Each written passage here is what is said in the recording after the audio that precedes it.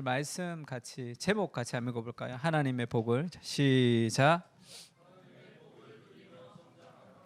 네, 오늘 새해인데 인사 한번 합시다. 새해 복 많이 받으십시오. 이렇게 한번 인사. 예, 예, 네.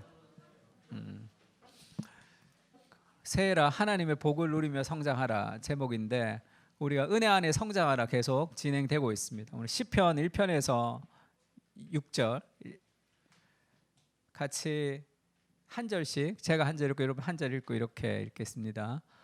복 있는 사람은 악인의 꾀를 따르지 아니하며 죄인들의 길에 서지 아니하며 오만한 자들의 자리에 앉지 아니하고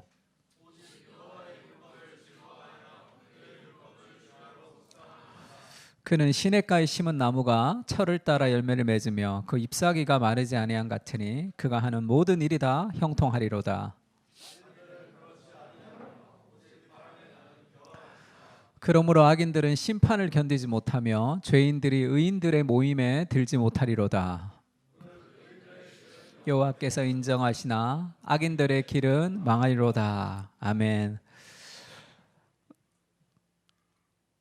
우리가 새해에 이제 복 많이 받으세요 이런 인사하죠. 새해 복 많이 받으세요 이렇게 얘기한. 그러니까 예수 믿는 사람이나 믿지 않는 사람이나 다 새해 복 많이 받으세요라고 인사하는 이유가 왜 새해에는 복 받으라고 얘기를 할까요? 사람의 마음의 가장 근원적인 갈망은 복에 대한 갈망이에요. 왜냐하면 이 복이라는 것은 내가 만들어낼 수 있는 거면 좋겠는데 그렇지가 않잖아요. 그래서 복을 어떤 받는다라는 개념을 가진 수동형이죠. 복을 받는다고 얘기하면 복을 주는 사람이 있고 받는 사람이 있는 거예요. 그러니까 인간의 노력을 통해서 뭔가가 이루어지는 세상이라면 노력을 통해서 뭔가 이루면 되겠죠. 근데 인간의 노력을 통해서 이루어지지 않는 무언가가 인생에는 흐르고 있다는 것을 모든 사람들이 다 아는 거죠. 그래서 모든 인간은 다 복받기 위해 살아갑니다. 그러니까 행복하기 위해 살아가는 거예요. 그것이 인간 안에 있는 근원적인 마음이죠. 삶에 있어서. 근데 그게 어디서부터 왔는지 또 어떤 것이 참된 복인지를 알지 못하기 때문에 인생을 헤매고 있는 거예요, 사실. 그러니까 오늘 우리가 읽었던 말씀에도 복이 있는 사람, 이 진정한 복이 어디 있냐 하면 하나님의 말씀을 즐거워하며 그 말씀에 순종할 때 살아가는 삶의 복이 있다. 그렇지 않을 때 말씀을 떠날 때 살아가는 길은 바람에 나는 겨와 같이 이렇게 흔들리며 살아간다는 거죠. 그러면 이 말씀의 복을 받은 사람과 그렇지 않은 사람의 차이를 뿌리가 내려지고 그 다음에 바람에 날아가는 겨 같다고 얘기하는 게 흔들린다는 거죠. 삶의 여러 가지 것들에 의해서 말씀의 복은 이렇게 바람에도 흔들리지 않는 삶의 확신을 준다는 거예요. 확신을. 그것이 우리에게 주시는 참된 복이다 그렇게 얘기하고 있습니다. 근데 그거를 잘 모르기 때문에 사람들이 복을 어떻게 생각하냐 하면 눈에 보이는 물질적인 그걸 복이라고 생각하죠. 돈 버는 거, 좋은 거 먹는 거 그걸 복이라고 생각하고 그 다음에 다른 사람보다 내가 더 많이 뭔가를 가지는 거 이런 거를 다 복이라고 생각하죠. 그래서 복 받으라고 할 때 사람들이 원하는 건 뭐야? 어떤 복을 원해요? 행복한 이기주의자라는 책이 있습니다. 유명한 책이죠. 웨인 다이어라는 사람이 써서 벌써 3,500만 부가 판매가 돼가지고 지금 이게 표지가 바뀌었어요. 원래 이 표지가 아니었는데 그러니까 왜 행복한 이기주의자가 이게 무슨 얘기죠? 행복해지려면 이기적이 돼야 된다는 게 무슨 말이에요? 행복해지려면 남을 위해서 살지 말고 나를 위해서 살아야 된다는 거예요. 사실 요즘 서점에 가면 무슨 책 많아요. 1등부터 10등까지 베스트셀러를 쭉 보면 흐름이 있죠. 한때는 미움받지 않을 용기 이런 그 아덜러의 심리학이 유행했습니다. 그것도 자기중심적인데 요즘은 다 쇼펜하우어죠. 다 장사 속인데 그것이 시대와 맞단 말이에요. 어차피 죽을 거 인생은 참 의미 없고 허무하다. 그래서 나를 위해서 살아가야 된다는 그 다 비슷한 얘기들이죠. 아들러의 심리학이나 쇼펜하우어의 얘기들이냐 결국 내가 이기적으로 살아갈 때 행복한 결국 내 인생의 행복을 위해서 내가 자기의 가치를 자기가 결정하라는 그런 문구입니다. 나의 가치는 내가 결정한다 이런 상황을 가지고 살아가는 거죠. 근데 그렇게 살아가서는 행복할 수가 없어요. 바람이 나는 겨같이 된단 말이에요. 왜 모든 사람들이 복을 찾느냐 하면 이 복이 어디서 왔다 그랬죠? 하나님의 기쁨이라는 책에서 존 파이프 목사님 이렇게 얘기합니다. 디모데전서 1장 11절 같이 읽을까요? 시작.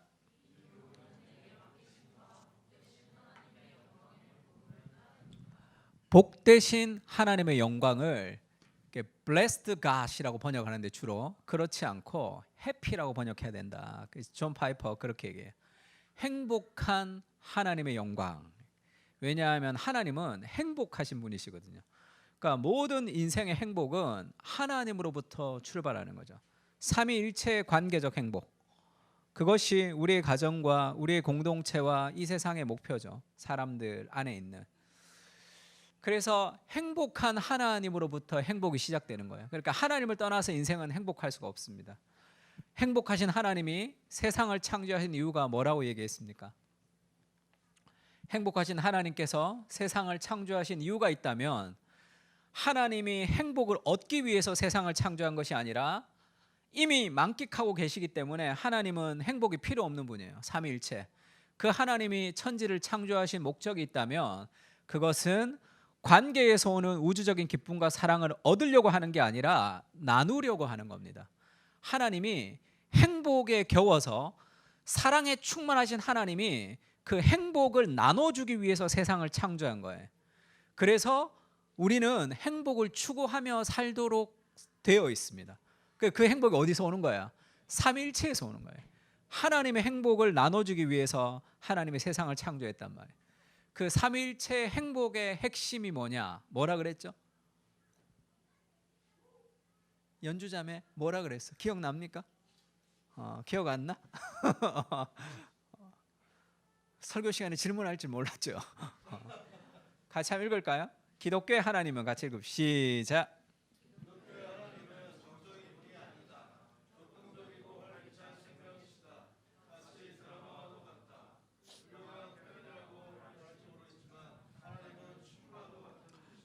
이거를 읽어야 되는데 내가 잘못 읽었네. 이거를 읽으라 그랬네. 지금 삼위일체의 핵심을 지금 C.S. 루이스가 춤이다 이렇게 표현했죠. 춤. 이 춤은 그냥 혼자서 추는 댄스가 아니고 앙리 마티스가 그렸던 그림같이 뻘거벗고 사람들이 이렇게 둥글둥글 돌아가는 그런 그게 인간의 원초적인 것을 그렸다 이렇게 얘기하죠.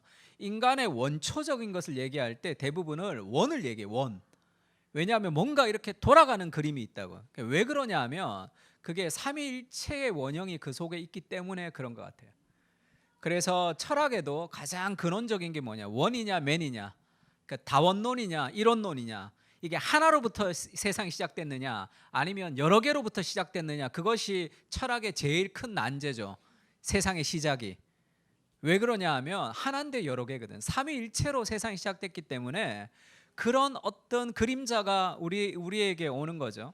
그러니까 모든 행복은 삼위일체로부터 오는 것인데 삼위일체 핵심은 춤이다 이렇게 얘기했습니다. 왜 춤이라 얘기했냐면 이 춤이라는 것은 상호 내주, 상호 복종이라는 페리코레시스라는 이 상호 침투라는 삼위일체의 속성을 얘기한 거예요. 그것이 자기 중심적인 삶은 정적인 삶이죠. 역동적이지 않습니다.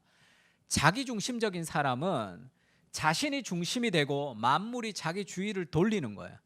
돈이 있고 권력이 있고 여러 가지 높아질수록 사람들은 자기가 중심에 있고 다른 사람을 자기 주위로 돌리죠. 그것이 인간의 어떤 리더십의 목표라면 삼위일체는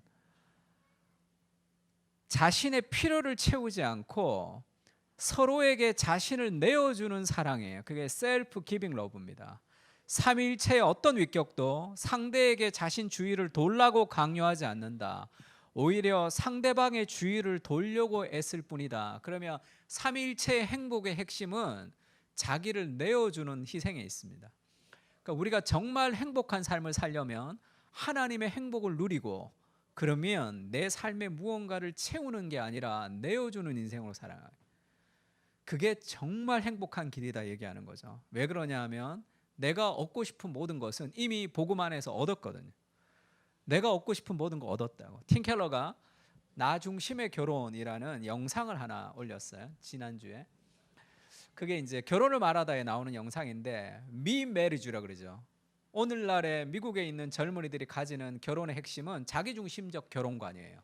그래서 어떤 신랑을 원하냐, 어떤 신부를 원하냐 하면 나의 감정을, 나의 있는 모습을 그대로 다 받아줄 누군가를 원해요. 플러스 교회 다니는 사람까지, 플러스 신앙도 있어야 된다는 거예요. 근데 삼위일체의 핵심은 자기를 희생하는 거예요. 자기를 내어주는 건데 자기를 내어주고 싶지는 않은 거야. 나를 있는 모습 그대로를 받아주고 나를 사랑해주고 하는 사람들을 원하는 거예요. 그런 결혼은 다 무너지게 되어 있습니다. 희생이 없는 결혼이라는 게 어디 있어요? 거기에 플러스 예수도 믿어야 돼. 그러니까 더 많은 짐을 지는 거죠. 더 많은 부담을 집니다. 그러면 결혼 생활에서 조금만 잘못되면 잘못 결혼했나 보다, 내가 이 사람을 잘못 선택했나 보다, 이혼하는 그런 경우가 많은 거죠.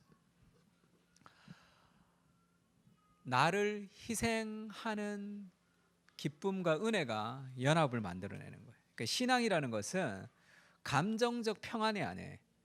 신앙이라는 것은 어렵고 힘든 일을 그리스도의 사랑을 가지고 그렇게 살고 싶은 거예요. 그리스도가 십자가를 지는 삶을 살아서 우리에게 은혜를 주셔서 우리가 은혜를 누리는 게 아니라 우리도 그리스도와 같은 삶을 살기를 원하는, 거기에 행복이 있다는 것을 아는 겁니다. 그러니까 나 중심성이 깎여가는 거예요, 삶에 있어서. 그러니까 자기를 내어줄 때, 그때 정말 참된 행복이 우리 안에 있는 삼위일체 행복이 그렇게 오는 거죠. 그래서 성경에서 이 복이 있다 할 때는 이 단어가 두 가지가 있습니다. 첫 번째는 하나님이 그들에게 복을 주시며 생육하고 번성하라 할 때 그것은 우리가 이미 복된 존재라는 거죠. 이미 우리 자체가 복이 있는 존재, 우리가 땅을 정복하고 다스리는 그런 정체성을 가지고 살아가야 된 복된 존재로 하나님 우리를 만드셨다는 거예요. 그리고 아브라함에게도 그렇게 얘기합니다. 하나님이 내가 고향과 친척 아버지 집을 떠나서 내가 보여줄 땅으로 가라. 그러면 내가 큰 민족을 만들 것이다. 공동체를 만드는 거죠. 그래서 내가 내게 복을 주어서 너의 이름을 창대하게 하리니 너는 복이 될지라, 이렇게 얘기하죠. 옛날 성경에는 복의 근원이 될지라 이렇게 번역했습니다.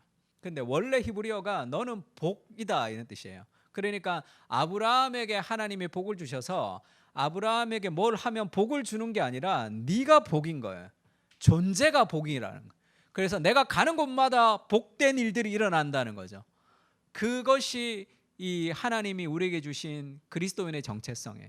그러니까 내가 이미 복이 필요한 존재, 내가 지금 결핍이 있는 존재가 아니라 하나님으로 인해서 인생의 제일 큰 복이 뭡니까? 하나님 그분을 우리가 소유한 거잖아.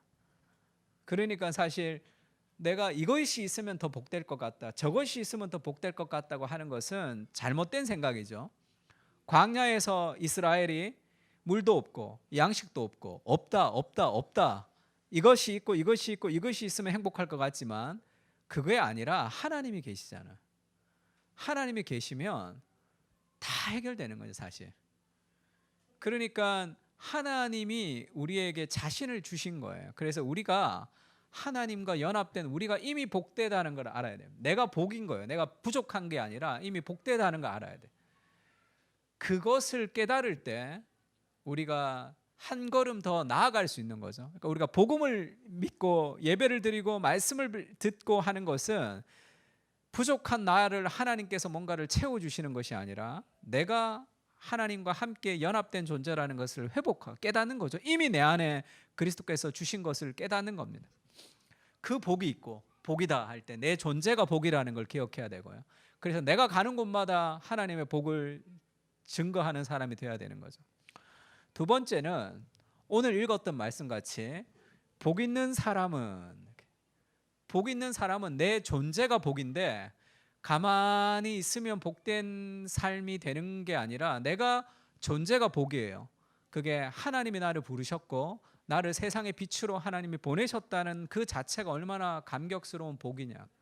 근데 그러려면 어떻게 해야 되냐면 그 하나님의 빛을 비춰야 된다. 내가 그 역할을 해야 되는 거죠. 그러니까 하나님이 나에게 음악의 감성을 주셨다고 생각하면 그건 복된 거죠. 근데 가만히 있으면 그거는 의미가 없잖아.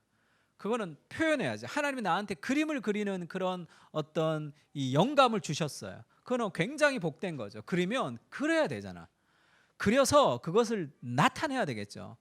하나님이 행복한 하나님이 그걸 가만히 가지고 계신 게 아니라 세상을 창조하시면서 자신의 그 아름다운 창조의 능력을 활용하신 거죠. 그것이 삶의 능력이듯이 복된 우리가 그 하나님의 은혜를 누리고 그것을 나타내야 된다. 첫 번째가 복 있는 사람들은 어떤 사람이냐면 악인들의 꾀를 따르지 않는다. 악인들의 생각을 따르지 않는 거죠. 그러면 그가 뭐를 따르느냐는 거지. 2절 같이 읽을까요? 오직 시작.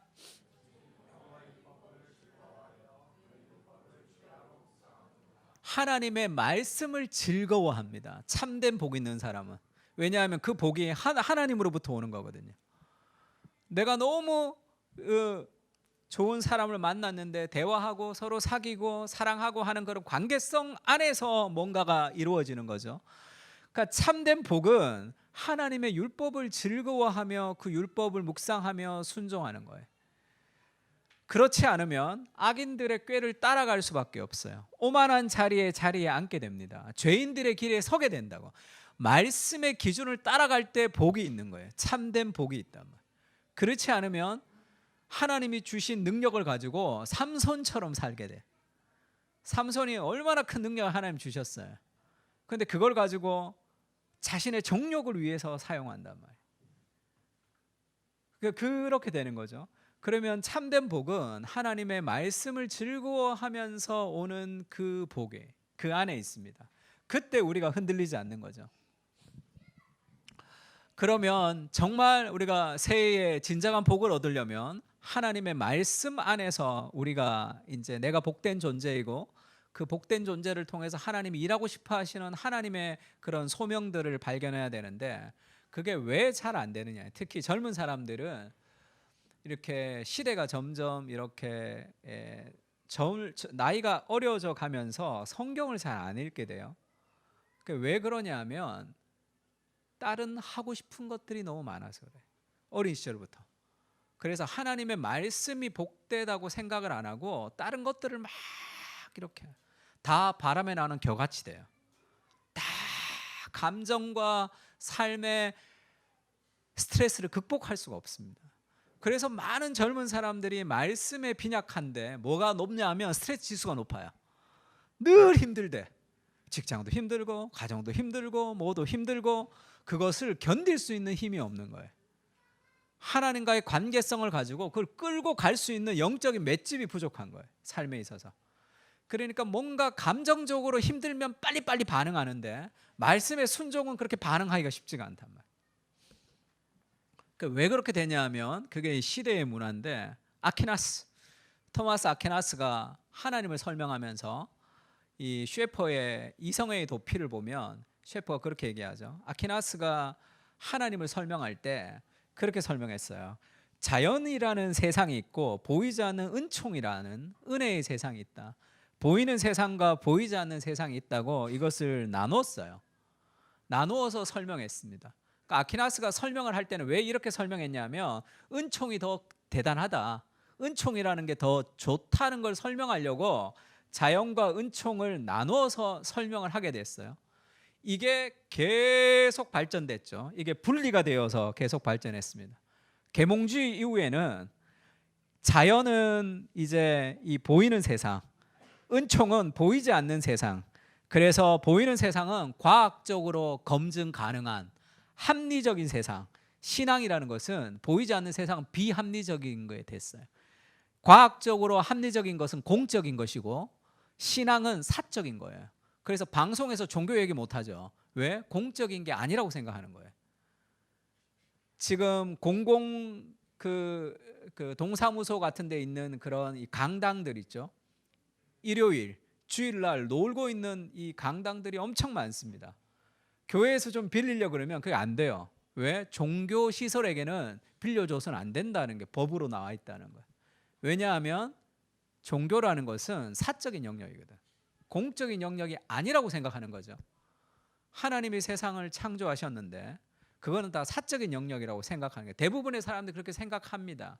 왜 그렇게 생각하냐 하면 이 계몽주의 이후에 이 절망선이라 그러는데 이 패턴을 가지고 사람들이 살기 때문에 그래. 그래서 오늘날에는 그거를 자연주의 세계관이라고 그러죠. 오늘날의 사람들은 자연주의 세계관 안에 살아갑니다. 자연주의가 뭐죠? 반대가 뭐예요? 초자연주의죠. 그래서 보이지 않는 세상은 별 관심이 없어요. 보이는 세상, 자연주의. 그러니까 뭐죠? 물질주의죠. 물질주의, 소비주의, 돈 벌고 잘 되는 거, 재테크, 뭐 소확행. 소확행이라는 건 다 뭐예요? 다 뭐 먹는 거야. 먹는 거, 어디 보는 거, 다 그게 소확행이에요. 진정한 행복은 뭐 먹고 마시는 데서 오는 게 아니란 말이에요. 그것은 큰 메타 내러티브인 서사가 잘라져 가면서 오늘날 가지고 있는 잘못된 형태의 행복이다 이런 얘기 한번 한 적이 있죠. 그래서 자연주의 세계관 속에 살아갑니다 우리는. 그래서 먹고 마시고 살아가는 게 굉장히 중요한 시대가 된 거죠. 초자연은 배제하는 거예요. 그래서 이 세계관 속에서 우리가 살기 때문에 성경을 읽는 것이 이 자연주의 세계관에 조금 더 보탬이 되려면 좋은 정도가 되는 거예요. 이 세계관 자체가 바뀌어야 되는데, 그래서 성경 안에 복이 있고 하나님이 내 인생의 진정한 복이다라는 생각을 잘 안 하고 살아가는 거죠. 그것은 시대가 주는 그런 이 문화 속에 들어와 버린 거죠. 계몽주의 이후에는 인간의 이성이 많이 발달했기 때문에 칸트 이후의 시대죠. 칸트가 인간의 이성으로 우리가 확인할 수 있는 것만 우리가 이해할 수 있고, 초자연의 신앙은 우리가 확인할 수 없는 영역이다. 그걸 잘라내버렸죠. 그래서 초자연은 다 없는 거예요. 다 사적인 영역입니다. 검증 가능한 이것만 공적이라고 생각하는 거죠. 그래서 우리가 주일날 예배를 드리고 교회에 와서 뭐라 그럴까, 일주일 동안 그렇게 살다가 여기 와서 한 번에 이게 뒤집어지기가 쉽지 않은 시대를 살아가는 거죠. 예배 가운데 이게 뒤집어져야 돼. 하나님의 말씀을 떠나서 인생에 참된 복은 없는 거예요. 바람에 나는 겨처럼 살아갈 수밖에 없단 말이에요. 그래서 말씀 안에서 진정한 복을 찾든지 아니면 삶 속에서 절망을 경험하든지 둘 중에 하나를 경험해야지 회복되는 경우가 있습니다. 존 프레임이라는 사람이 신지식론이라는 책에서 그렇게 얘기해요. 그러면 초월과 이 내재, 이 세상과 자연주의 세계와 초자연주의 세상 우리가 잘라내서 살아간단 말이에요. 방송에 모든 사람들은 다 그렇게 얘기합니다. 그 세계 속에서 우리가 어떻게 이 분리를 하나로 연결시켜야 되냐면 그런 얘기를 해요. 하나님은 초월의 영역에 계신 분이죠. 근데 어떻게 인간의 삶 속에 내재할 수 있냐는 거지, 이 속에서. 그래서 우리는 보이는 세상과 보이지 않는 세상을 좀 분리하며 살아갑니다. 직장 생활할 때 막 정신없이 살아가는 거죠. 이것이 분리되지 않는 세상이잖아. 하나님이 창조하신 세상에 하나님의 통치가 흘러야 된단 말이에요. 근데 이게 하나가 안 되고 분리되는, 어떻게 초월의 영역에 계신 하나님이 인간의 삶의 내재와 연결될 수 있을까? 그것을 하나님이 언약이라는 것을 통해서 그것을 연결시켰다, 그렇게 얘기합니다.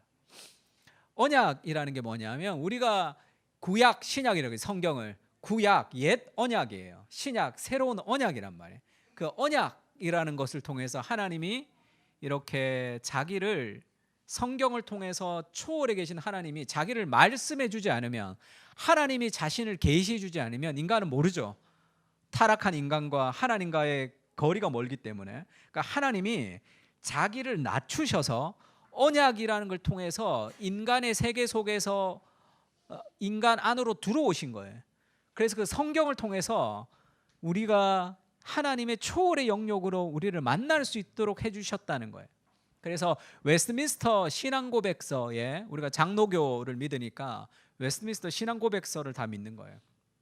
여러분 세례 받을 때 그 세례 교육하는 게 다 웨스트민스터 소요리 문답입니다.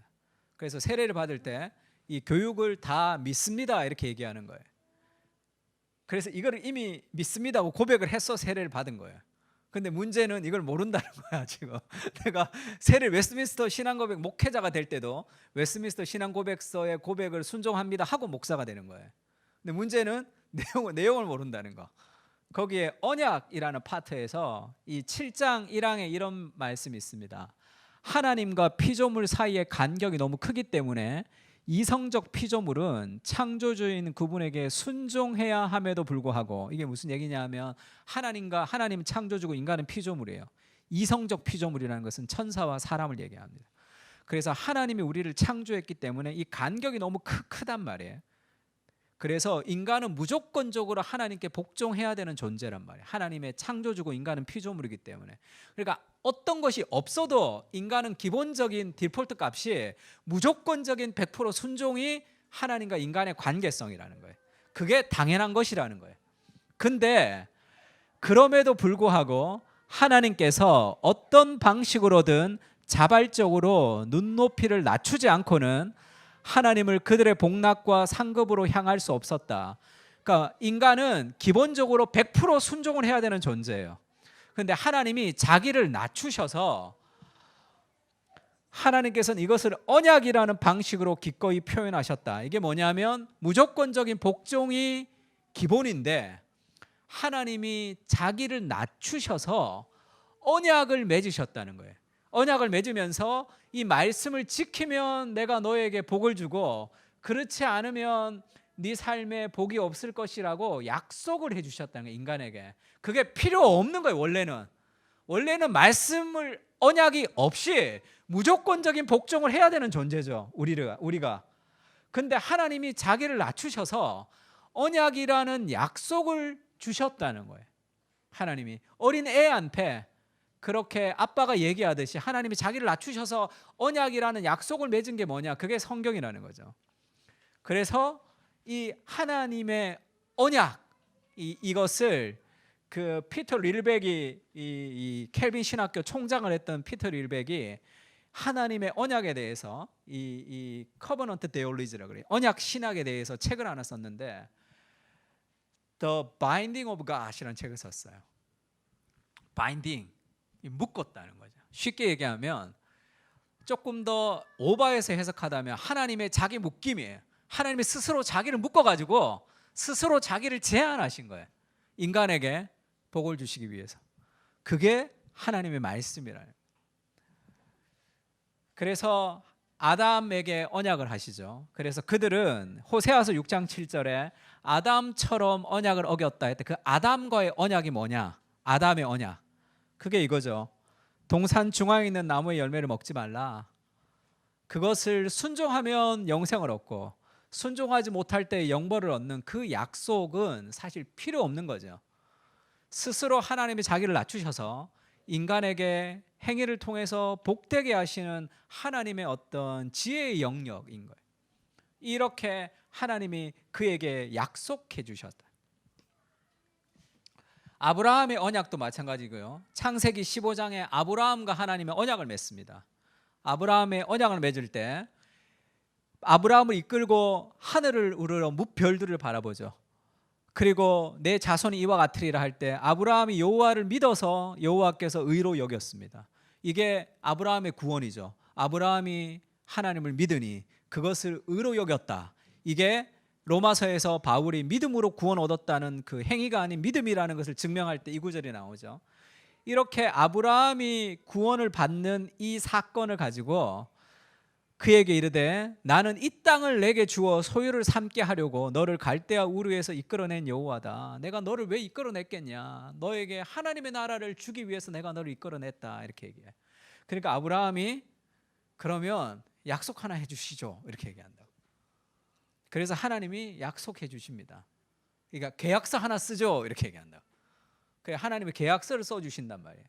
그러면서 주 여호와여 내가 이 땅을 소유로 받은 것을 무엇으로 알리까? 이렇게 얘기해. 계약서 쓰고 도장을 좀 찍어줘야지 내가 믿겠습니다 하니까 하나님이 계약서를 써주시는 거예요. 여호와께서 아브라함에게 말합니다. 나를 위하여 3년 된 암소와 3년 된 암염소와 3년 된 순양과 산비둘기와 집비둘기 새끼를 가져와라. 아브라함이 가지고 오죠. 그 짐승을. 그 중간을 쪼개고 쪼갠 것을 마주 대놓고 새는 쪼개지 않았습니다. 중간을 쪼갠다는 것이 이게 구약의 계약서를 쓸 때 하는 방식이에요. 그래서 이거를 언약이라고 얘기하는데 베리트라는 걸 약속, 언약, 계약이라는 뜻입니다. 그러니까 우리가 구약, 신약 할 때 이게 다 언약이라는 뜻이에요. 이 베리트가 언약인데 이게 자르다라는 뜻이 있어요. 죽이다. 그러니까 소가 있으면 소를 반을 자릅니다. 반을 여기에다 놔두고 양을 잘라서 반을 놔둬요. 새는 작아서 이렇게 하나씩 놔둡니다. 그러면 중간에 길이 있는데 피길이죠. 피. 짐승의 피가 막 흐르는데 계약의 당사자가 한 사람 여기 서 있고 한 사람 저기 서 있어요. 그래서 그거를 지나갑니다. 내가 이 계약을 어길 시 이렇게 죽겠다는 거죠. 그렇게 지나가면서 계약을 쓰시는데 하나님이 계약서 써줄게 이 말이에요. 그래서 그렇게 이 피길을 이제 흐르는데 제사의 의미도 있습니다. 이 안에는 지금 제사에 쓰는 짐승들의 피죠. 그러니까 피를 지나가면서 언약이 이루어지는데 해가 져서 어두울 때에 연기 나는 화로가 보이며 이 횃불이 하나 보였단 말이에요. 해가 져서 어두울 때 타는 횃불이 쪼갠 고기 사이로 지나가더라. 이게 무슨 말이에요? 횃불이 갑자기 공중에서 딱 뜬 횃불이 그 쪼갠 고기 사이에 피가 막 흐르는 그 글에 횃불이 이렇게 싹 지나갔다는 것은 하나님이 지나가셨다는 거예요. 아브라함은 안 지나갑니다. 아브라함 지나가지 않아요. 아브라함은 늘 언약을 어기는 존재잖아요. 아브라함 지나가지 않습니다. 하나님만 지나가신다고. 그날에 여호와께서 아브라함과 더불어 언약을 세워 이르되 내가 이 땅을 애굽 강가로부터 그 강 유브라데까지 내 자손에게 주리라. 여기서 하나님이 무슨 얘기를 하는 거예요? 그리스도의 하나님이 목숨을 버려서 이 핏기를 내어서 내가 생명으로 너와의 계약을 지키겠다라는 하나님의 약속이 하나님의 약속. 그것이 성경에 나오는 언약입니다. 성경을 쭉 읽으면 핵심이 뭐예요? 나는 너의 하나님이 되고 너는 나의 백성이 될 것이다. 네가 아무리 나를 배신해도 끝없는 사랑으로 내가 너를 끝없이 사랑할 것이다. 그것이 구약과 신약의 핵심 아닙니까? 인간의 어떠함과 상관없는 끝없는 사랑으로 내가 너를 사랑한다는 그 언약이 하나님의 자기 낮아짐이, 하나님이 낮추면서 그 언약을 통해서 우리에게 진정한 복을 주기를 원하는 그 통로, 그것이 언약이죠. 언약. 그래서 우리가 구약, 신약 할 때 이것은 다 언약이죠. 옛 언약, 새로운 언약입니다. 그래서 초월에 계신 하나님이 어떻게 내재하셨냐 하면 언약이라는 방식을 통해서 인간이랑 약속을 한 거예요. 그래서 세상 속에 있는 인간이 하나님의 말씀인 그 언약을 통해서 초월로 인도한단 말이에요. 그래서 우리가 하나님의 말씀을 통해 하나님을 경험하고 누리고 하나님을 맛보는 그 진정한 복의 통로가 열린 거죠. 거기를 왔다 갔다 할 수 있다. 야곱이 돌베개를 베고 자다가 사닥다리를 봐, 하늘로부터 이어지는 사닥다리를 봤다 이렇게 얘기하죠. 그건 사닥다리라고 번역하는 것보다 계단이라고 번역하는 게 훨씬 더 정확한 번역입니다. 계단을 봤는데 그 계단이 이 땅에서부터 하늘까지 올라가는 계단이었다고. 천사들이 오르락 내리락 했죠. 그래서 그곳을 뭐라고 얘기합니까? 베트엘이라고 그러죠. 베트, 집이에요. 엘, 하나님의 집이다. 하나님으로 가는 통로를 내가 봤다 이렇게 얘기하죠. 그것을 예수님이 요한복음에서 뭐라고 얘기합니까? 나다나엘이 와서 예수님에게 당신이 진정한 메시아입니다 이렇게 놀라니까 예수님 뭐라 그래요? 네가 지금 경험하는 걸 보고 놀라느냐? 앞으로 더 큰 일을 보여줄 것이다 얘기하면서 천사가 인자 위를 오르락내리락 할 것이다 이렇게 얘기하죠. 그게 뭐예요? 야곱의 그 사닥다리, 야곱의 계단, 그것이 인자, 그리스도를 뜻한다는 거죠. 그리스도를 통해서 하늘이 열리는 그런 하나님과 교제하며 누리는 그런 진정한 복, 그것을 내가 너희에게 줄 것이다. 그것이 어떤 통로로? 언약이라는 통로를 통해서 우리에게 주셨다. 그 하나님의 약속의 순종을 통해서 우리가 그 초월의 영역에 계신 그 하나님의 영원을 누리며 맛보며 하나님의 능력과 위로를 경험하며 살아갈 수 있는 진정한 복이 거기 있단 말이에요. 참된 복은 하나님의 말씀 안에 있는 거죠. 그 안에 있습니다. 그래서 인생에서 이거 그림이 좀 내가 이런 그림밖에 없어서 같이 나온 게, 사람들이 왜 합리론과 경험론이 싸운다 이렇게 얘기하죠. 이게 왜 그렇게 싸우냐 하면 잘 생각해 봐요. 안다는 게 무엇인가를 생각하는 거예요. 아는 게 뭐지? 인식론이죠. 안다는 게 뭐냐? 저거 사과다 할 때 그 사과를 안다는 게 도대체 뭐냐는 거죠. 저게 사과인지 아닌지 어떻게 알아요? 우리가 인간이 사과라고 얘기했기 때문에 그게 사과인가? 할 때 진정한 알미라는 것은 인간의 이성을 통해서 안다고 생각하는 거예요. 그게 합리론이죠. 근데 전제가 뭐냐면 이성이 100% 선해야 돼요. 진리해야 된단 말이에요. 그걸 믿어야 돼요. 안 그러면 이게 인간의 이성이 100% 진리가 아니라면 근거가 없어지는 거죠. 선험적 지식이 참된 알미라고 생각하는 거니까. 근데 경험론자들이 그게 아니지. 태어나서부터 아는 사람이 어디 있냐? 아무것도 모르고 태어나는데 이거는 사과 얘기하니까 이건 사과구나라는 경험을 통해서 아는 거야 이렇게 얘기하는 거죠. 그러면 경험을 통해서 안다는 것은 정말 알미냐면 아니죠. 그러면 확신할 수 있는 게 하나도 없는 거예요. 왜냐하면 내가 경험하지 못한 것은 아직 진리가 아니잖아요. 그러면 세상에 있는 걸 내가 다 경험해 볼 수는 없잖아요. 그러니까 진리라는 건 없는 거예요. 확신할 수 없는 거예요. 다. 너가 이렇게 경험하고 내가 이렇게 경험하면 기준도 없단 말이에요.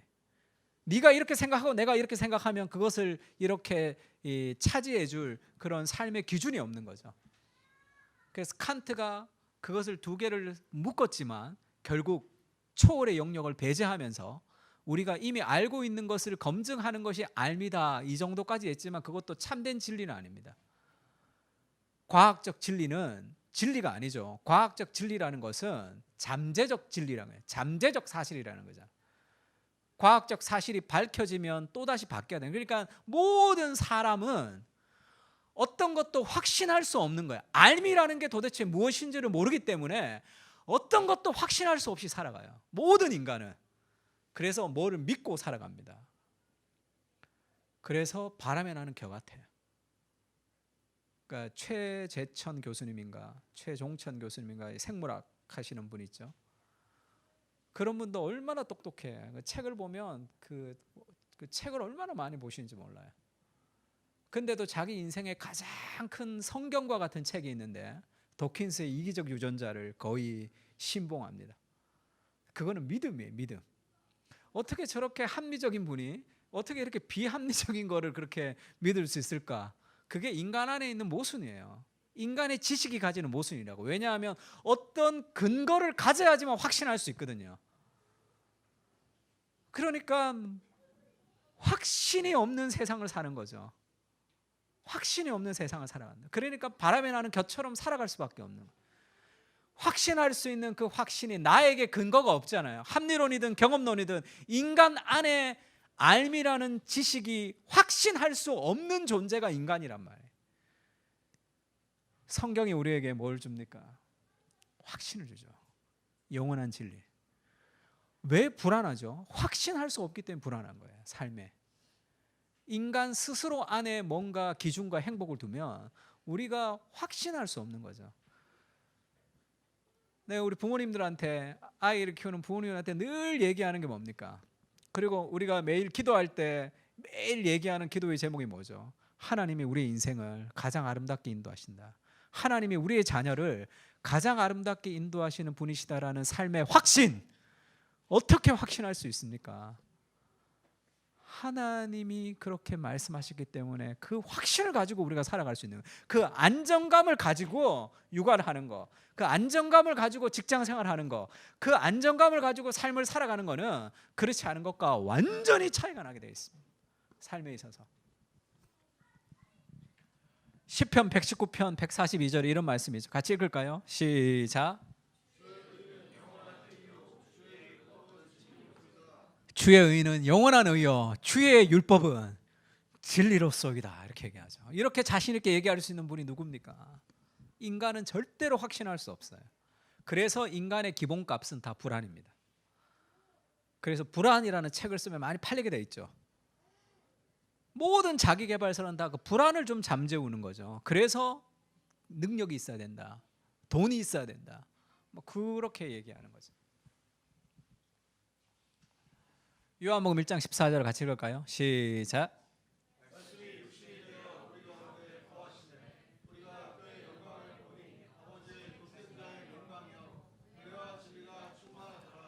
하나님과 구약은 하나님이 약속하셨지만 희미한 그림자라 명확하게 알 수 없었습니다. 그런데 그 말씀이신 예수님, 이 말씀이란 걸 로고스예요. 이 절대 진리, 헬라인들이 그렇게 찾는 절대 진리가 있는데 그것이 어떤 깨달음도 아니고 철학도 아닌 한 인격인 그리스도가 너의 인생의 진리다, 그 얘기를 하는 거죠. 요한복음에서 그 말씀이신 예수님, 하나님이 인간이 되어서 우리 가운데 내려오신 거예요. 그것이 뭐죠? 성경이죠. 그 그리스도의 중심성을 가지고 하나님 우리에게 주셨잖아요, 언약을.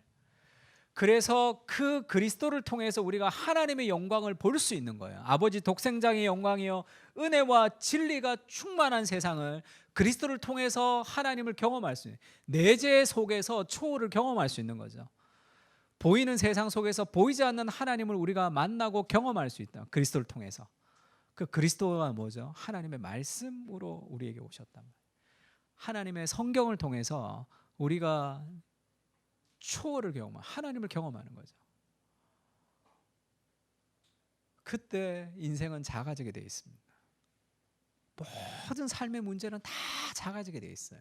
그게 복이 복, 가장 큰 복입니다. 그러면 그것을 우리가 어떻게 누릴 수 있느냐는 거죠. 그걸 우리가 경험해. 지난주도 얘기했죠. 신앙이라는 것은 이 거룩한 정서 안에 있다는 거. 그 하나님의 정서를, 하나님의 마음을 우리가 느끼는 성경 읽기가 필요하다 이렇게 얘기했습니다. 그래서 우리가 매일 이 기도, 시편을 가지고 기도하는 거 올리고 있는데, 시편은 기도를 배우는 선생님이에요. 그러니까 하나님의 말씀을 통해서, 기도를 통해서 그 말씀이 기도를 통해 하나님의 마음이 여기 확 와닿아야 돼. 이 경험들을 자꾸 하면서 우리가 깊어져야 됩니다. 알면 뭐예요? 살지 못하는데. 그러니까 알지만 살지 못하는 것은 능력이 없어서인데, 그 능력은 다 기도에서 옵니다. 하나님의 말씀을 가지고 기도하는 것이 제일 효과적인 거예요. 그때 우리가 내재에서 초월을 경험할 수 있는 하나님을, 그냥 성경이 아니고. 그러니까 하나님 말씀을 가지고 기도하는 시편, 하루에 15분 기도하는데 아침에 15분 기도하면서 기도를 배워야 되는 거예요 지금. 그러면 저녁에도 기도합니다. 저녁에 기도해요. 기도의 시간을 바쳐야지 삶에서 평안하게 살아갈 수 있습니다. 기도의 시간을 두지 못하면 삶의 불안을 해소할 수가 없어요. 바람에 나는 겨처럼 늘 날아갈 수, 시냇가에 심은 나무가 뿌리를 내리는 거죠. 그것은 바람이 불지 않는다는 뜻이 아닙니다. 바람이 불지만 흔들리지 않는다는 거예요. 그래서 결국 열매를 맺는 거죠. 팀 켈러의 기도에서 시편을 가지고 하나님께 나아갈 수 있는 법을 이렇게 얘기하죠. 기도는 하나님을 아는 지식에 대한 인격적 반응이다. 지난주에도 얘기했죠. 기도는 응답의 언어다 얘기했습니다. 그래서 기도를 하려면 먼저 말씀을 묵상할 때 하나님의 말씀을 가지고 기도하는 거죠. 그래서 그냥 막 놓고 기도하는 것이 아니라 응답의 언어다 이렇게 얘기했습니다. 시편이야말로 온갖 형태의 기도를 보여줍니다. 신기하고 놀라워서 내지르는 탄성도 있죠. 독하게 작정하다 쏟아내는 불만도 있습니다. 조곤조곤 따지는 논쟁도 있죠. 일방적인 의견 개진도 있습니다. 호소, 요청, 고백 등 수많은 다양한 방식의 기도가 시편 안에 있는 거죠. 또 대화의 형식과 마음가짐, 감정에 이르기까지 다채롭기 이를 데 없다. 시편은 다양한 환경에 있는 사람이 또 여러 사람들이 썼단 말이에요. 댐댐이와 문화, 타고난 기질 등을 감안할 때 어떤 이들에게는 죽었다 깨어도 입 밖에 내지 못할 기도도 시편 안에 있는 거죠.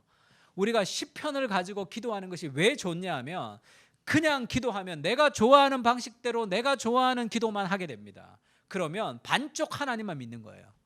성경에 계시된 하나님이 100이라면 내가 알고 있는 하나님이 10이라면 기도 생활을 10만 가지고 아무리 오래 기도해도 10 정도의 신앙밖에 할 수 없어요. 하나님의 말씀을 통해서 이게 넓어져야죠. 기도가 넓어져야 된다고. 그러면 시편을 따라 기도할 때는 내가 하고 싶지 않은 기도, 내 성격과 맞지 않는 기도도 거기에 있단 말이에요. 그러니까 어떤 이들에게는 죽었다 깨어도 입 밖에 내지 못할 기도도 있죠. 내 원수의 자식을 바위에 쳐서 죽여게 해달라, 이런 기도도 있잖아. 내 성격과는 맞지 않는 기도, 어떤 사람의 성격과는 딱 맞는 기도일 수 있겠지만 그런 기도를 따라서 하면서 하나님의 세계가 넓어진단 말이에요. 그러면서 기도가 넓어지는 거예요. 그래서 어떤 사람들은 성경을 볼 때도 성경을 통해서 나를 넓히는 것이 아니라 내 안에 성경을 가지고 오는 거예요. 내가 좋아하는 거, 내가 은혜 받는 구절, 그게 아니라 성경 안에 나를 넓혀가야 된다. 우울한 사람들은 감정을 최대치까지 분출하는 시편의 기도를 절대로 하지 못할 것이다, 그렇겠죠. 외향성이 강한 사람은 자신의 마음 깊은 곳을 훑는 통찰에 이르지 못할 것이다. 외향적인 사람은 깊이 자기를 잘 못 돌아봅니다. 근데 시편의 기도를 통해서 깊이 자기를 돌아보게 해준단 말이에요. 하나님을 향한 불평과 분노, 노골적인 말들은 내향적이고 순종적인 사람들에게는 엄주조차 내지 못할 일이죠. 시편의 기도는 우리를 균형 있게 합니다. 말씀이 육신이 되어 우리 가운데 거하셨는데 우리가 그 영광을 봤는데 그 영광의 핵심이 뭐냐? 은혜와 진리가 충만한 거죠. 그런 거는 원래 없는 거죠. 은혜와 진리, 진리는 뭐예요? 공의잖아. 정확한 거죠. 은혜는 용서와 사랑이잖아. 어떻게 진리와 은혜가 함께 충만할 수 있죠? 인간은 은혜 쪽에 기울든지 진리 쪽에 기울든지 둘 중에 하나입니다. 근데 하나님의 말씀을 가지고 우리가 기도를 배우기 시작하면서 신앙이 깊어지면 균형을 이룰 수 있어요. 나는 성격상 이런 건 못해, 이런 게 다 사라집니다. 그 성격이 진리가 아니잖아. 예수님을 닮아가는 게 진리죠. 나는 이거는 절대 안 해, 저런 인간은 절대 용납 안 해, 그런 게 다 사라져요. 하나님이 용납하라 그러면 용납하는 거예요. 내가 너무 사랑하는 것들도 하나님이 그것이 아니라 그러면 아닌 거예요. 그렇게 내가 없어지고 하나님의 세계 가운데 균형을, 은혜와 진리가 균형에 있는 존재가 되는 거죠. 그런 깎여가는 과정을 통해서 이루어지는 겁니다. 기도는 스스로 주도하는 것이 아니라 성경이 제시하는 다양하고 넓은 폭을 따라가며 기도해야 되는 거예요. 그래서 나는 시편의 기도는 별로 마음에 안 들어, 그런 게 있으면 안 돼. 왜 마음에 안 들어? 나는 이게 마음에 안 들어 하는 그 마음이 안 들어야 돼. 그런 거 없으면 돼요. 그렇게 나를 만들어, 그게 신앙이죠. 그게 복이잖아. 대인관계의 복이라는 게 뭡니까? 하나님의 형상대로 사람들을 용납할 수 있는 거죠. 왜? 하나님이 나를 그렇게 대하시잖아. 네가 이렇게 대했지, 너 오늘 말씀 안 읽었지, 너 기도 안 했지, 그럼 너 복을 안 줄 거야. 그렇게 하나님이 우리를 대하지 않잖아요. 그 하나님의 방식을 따라 살아가는 것이 가장 복이 됩니다. 그래서 그 하나님의 은혜를 누릴 때 우리 인생을 드리는 거예요. 삶에 있어서 그리스도가 우리에게 자신을 희생하는 것이 참된 복이듯이 우리도 그리스도를 따라 하나님의 은혜에 복된 존재가 되어서 우리가 하나님의 은혜를 누리고 우리 인생을 드리는 거란 말이에요. 그것이 인생의 가장 큰 복입니다. 그러니까 시편을 통해서 하나님을 경험하면서 넓어지는 거죠. 친구와 나누는 친밀한 대화도 있죠. 시편 안에는 군주에게 호소하는 유형도 있습니다. 하나님은 나를 위로하시는 친구 같은 영적 우정도 있지만 그것만 있으면 안 되잖아요. 사랑은 많은데 저지 없는 엄마같이 나한테 그렇게 필요를 채우지 못하는 하나님이 아니잖아요. 하나님은 때로는 군주로 등장합니다. 또 씨름 경기와 비슷한 형태도 있죠. 어째서 그렇게 다양한가? 하나님의 성품과 속성에 따라 기도의 성격이 가지각색으로 결정되는 까닭이다. 하나님은 친구, 연인, 아버지, 목자, 왕이 될 수 있죠.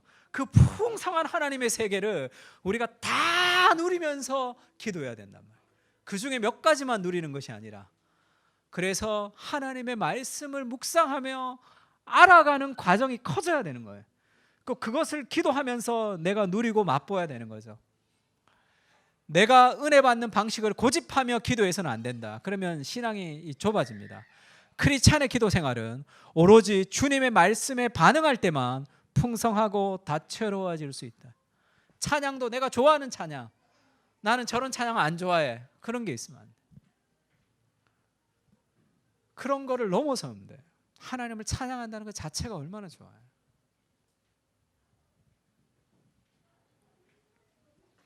그래서 시편을 통해서 기도하는 것은 내재의 영역에서 초월을 경험하는 거죠. 그 하늘이 열리는 거예요. 하나님의 말씀 안에 진정한 복이 거기 있습니다. 시편 18편 같이 읽을까요? 시작.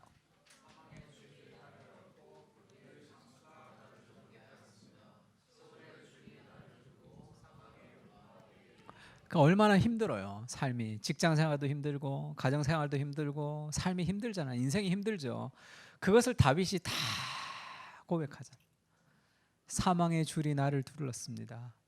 창수가 나를 두렵게 하고 스올의 줄이 나를 두르고 내가 죽기 일보 직전이었다는 거예요.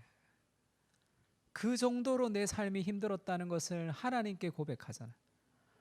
그러면서 결국 어떻게 됩니까? 마지막에는 그렇게 고백해.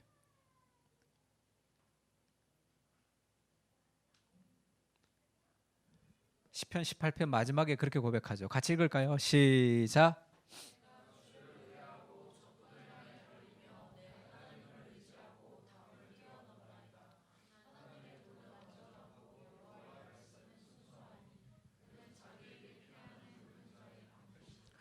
인생이 힘들고 어려울 때 다윗이 그렇게 고백하지만 다윗이 하나님을 의지하고 담을 뛰어넘을 수 있는 힘이 뭐죠? 하나님의 말씀은 완전하고 여호와의 말씀은 순수하다는 거예요. 영원히 변하지 않는 그 확신이 있기 때문에 그거를 붙들고 넘어설 수 있는 거죠. 내 눈에는 도저히 안 될 것 같은데 하나님의 말씀은 변하지 않거든요. 그는 변함이 없으시고 회전하는 그림자도 없으시다, 그렇게 얘기하죠. 인생의 모든 것은 다 변합니다. 그래서 우리가 변하지 않는다고 생각하는 산, 바위 이런 것도 변하죠. 그것은 변하지 않지만 해가 뜨고 해가 지면 회전하는 그림자가 있는 거예요. 어떤 변하지 않는 것도 그림자는 변하죠. 세상에 있는 모든 것은. 하나님은 변함이 없으시고 회전하는 그림자도 없다는 것은 하나님은 절대로 변치 않는 그 영원한 말씀, 그것을 하나님 우리에게 주셨단 말이에요. 그거를 붙들 때 삶의 수많은 담들을 뛰어넘을 수 있는 힘들이 거기서 오는 거예요. 삶에 그 순종의 능력도 하나님의 말씀의 확신을 붙들 때 옵니다. 시편을 가지고 기도할 때 그 삶의 확신이 우리에게 있는 거예요. 그 하나님의 말씀이 주는 삶의 확신이 있을 때 그것이, 그 말씀이 우리를 인도합니다. 삶의 담을 뛰어넘는 거예요. 그런 은혜가 우리에게 좀 있었으면 좋겠습니다. 우리 아까 불렀던 찬양인데, 찬양의 열기 모두 끝나면 주 앞에 나와. 이게 Heart of Worship, 이 마음의 예배라는 찬양인데, 매트 레드맨이 작곡했어요. 작사를 했는데, 어느 날 교회를 갔더니 목사님이 악기를 하지 말고 우리가 뭐 예배를 하자 그래서 매트 레드맨이 그냥 이제 악기 없이 그냥 이렇게 찬양을 한번 한 적이 있다는 거예요. 그러면서 이제 이 고백을 한 거예요. 하나님 우리에게 원하시는 게 뭐냐? 그때 사람들이 다 갔던 예배당에 혼자 남아서 찬양의 열기가 모두 끝나면 주 앞에 나와 진정한 진실한 예배를 드린다는 거예요. 노래 이상의 노래, 내 마음 깊은 곳에 주께서 원하시는 것. 하나님이 원하는 예배가 뭐냐? 악기도 아니고 노래도 아니고 내 마음이라는 거예요. 마음. 그러니까 Heart of Worship의 핵심이 뭐죠? Surrender입니다. 드리는 거예요. 나를 항복함, 하나님 앞에. 그 삶의 그 하나님의 은혜 속에서 우리 인생을 하나님께 드릴 때 오는 참된 복이 있는 거죠.